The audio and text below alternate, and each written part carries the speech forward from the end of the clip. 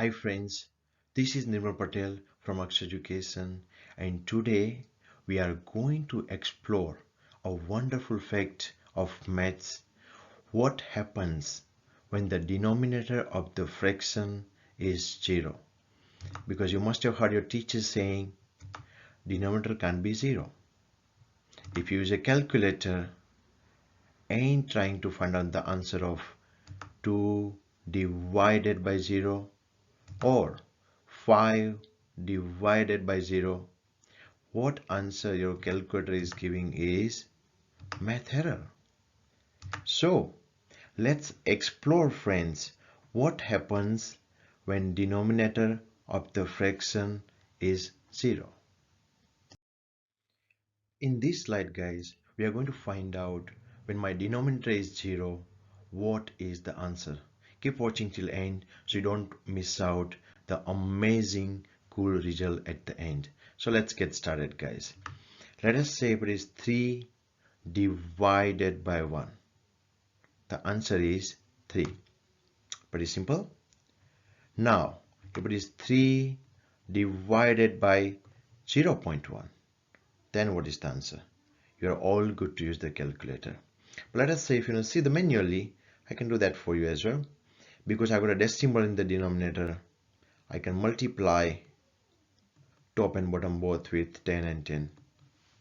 So on the top I can have 3 times 10, which is 30, and the denominator 10 times 0.1.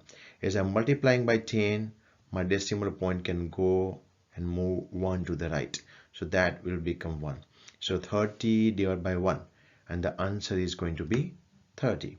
But you can definitely get that by using calculator as well. So 3 divided by 0.1 is 30. Now the next one is 3 divided by 0.01. You can also look at this pattern.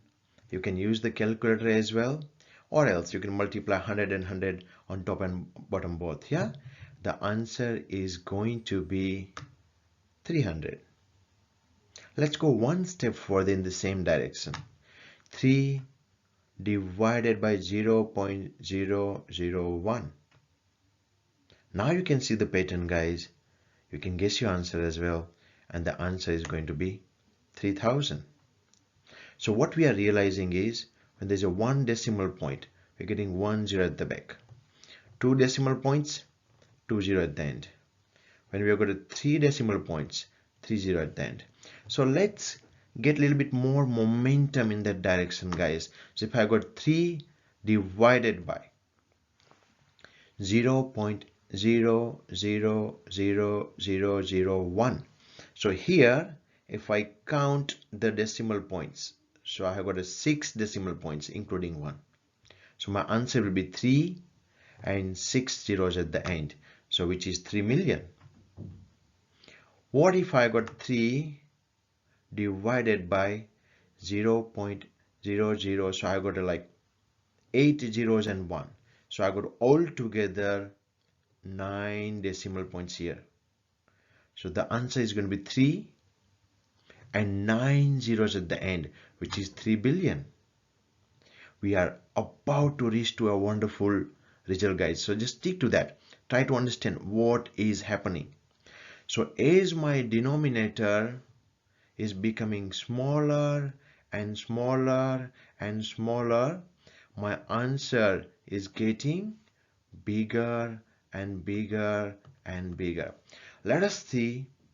We can try to think about a number 3 divided by 0.00000. You can put on the billion zeros. How many? And then 1. So I'm not saying the number billion, but the billion zeros and 1.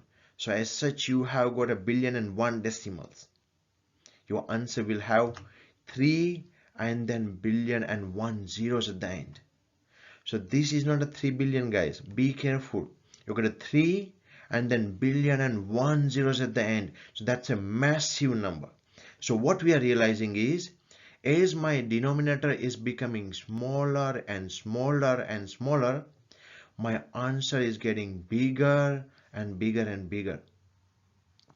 And still, when I'm putting 0.00, like a billion zeros and one, still my number is not 0. So let us say whenever my denominator will approach 0, so let's say 3 divided by 0, then my answer will be such a massive answer, guys. Okay, so it's going to get the value infinity, guys. So whenever the denominator is 0, your answer becomes infinity, and infinity is not any particular number. That's why it is beyond calculator, guys. That's why your calculator is showing its method, and that's why your teacher is teaching you guys your denominator cannot become 0. So now today we have learned a wonderful amazing fact of maths. Whenever any number 8 divided by 0, or let's say 243 divided by 0, the answer is going to be infinity, and that's why they also say it is undefined. Please kindly subscribe to the channel and press the bell icon so you don't miss out some cool maths video every week. Also put in a comment, I subscribed, so we can respond it back to you.